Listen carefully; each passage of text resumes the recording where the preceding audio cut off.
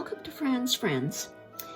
This is the month of May, and my Christmas ornament for my 12-month calendar is going to be a flower, a silk flower. But before I get into my Christmas ornament, I'm going to go over a few basic techniques of what I use for making either fabric flowers or silk flowers with ribbons. Now, generally speaking, most of what you use are either a circle or a square. And this particular silky fabric is from a sash. And what it is, it's a 4x4 inch piece. The circle is also a 4x4, but you can make these in many different sizes to incorporate what you want for the size of your flower. What you do with most of these is you use an upholstery thread to gather your fabric to make your flowers, such as this one, where I've taken the circle, divided the circle into quarters, and then I take my upholstery thread all the way through, pull it tight, and then what you do is you pick the number that you need to make a flower, and this is what you'll get. So you can make so many different types. This one in particular is using the circle to make your petals, and then a circle to make a yo-yo to stick in the middle with the button. So another one that you can use is the same type of technique, where you use your outer circle.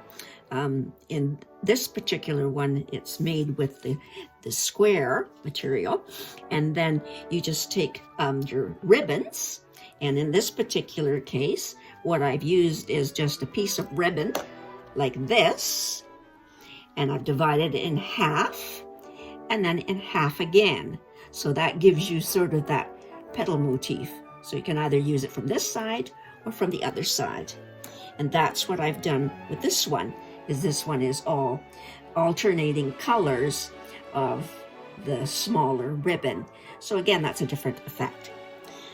But now with the this particular one, what I actually did do was I took a longer piece. Instead of using the 4-inch, I went about 4x6. And then what I did was I just sewed along the edge, along here, and then I turned it out, folded it in half, so it would be like this, in half, and then I just gathered it all the way around to make it a circle by using your upholstery thread, your needle, and just gathering it and tying it off. Then after I did that, I made the smaller ribbon petals and then put a button on it. But always, when you're doing these projects, always finish it off with a felt disc on the back to give it that finished look. So it's a really basic technique, but my take-home message on this is, these silks are fiddly to work with, so always use your little clips for when you're starting them off, because you can fold these in all many different ways. This particular one, I put it there, and then you just start playing around by folding it to make it into a petal that you can stitch. And then the fun part is that, watch the videos on YouTube and Facebook, but then develop your own. Just by playing around with them. So, and then you can really get carried away with putting textures together, a circle and a square together. And then at the ends, you can take the felt leaves. What I've done here is I've just used heat and bond and 2 pieces of felt together, cut out the leaf, and then I've just done my blanket stitch around the whole edge, and as an example, this is what it would look like with a leaf. So that just gives a little bit of a finished look to your piece. All kinds of different sizes you can make. Now, the whole thing is because these fabrics are so fiddly and they're easy to move around and shift.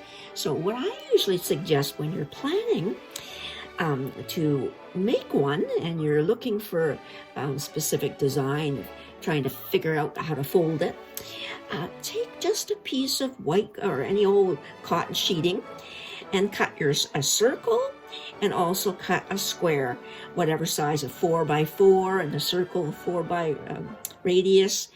And then you've got something that's going to be, not move around and shift. And then you can start playing around with what kind of a design you want.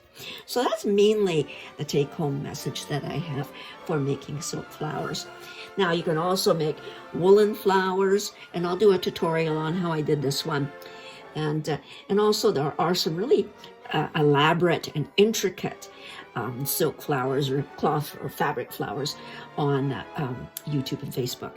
As an example, here's one that was easy to do because it's just using polka dotted cotton. So these ones I particularly like because they don't shift around all over the place. So there you go. Again, the take home is cut just a cotton fabric to play with, and a circle and a square, and then go from there. So thanks for watching.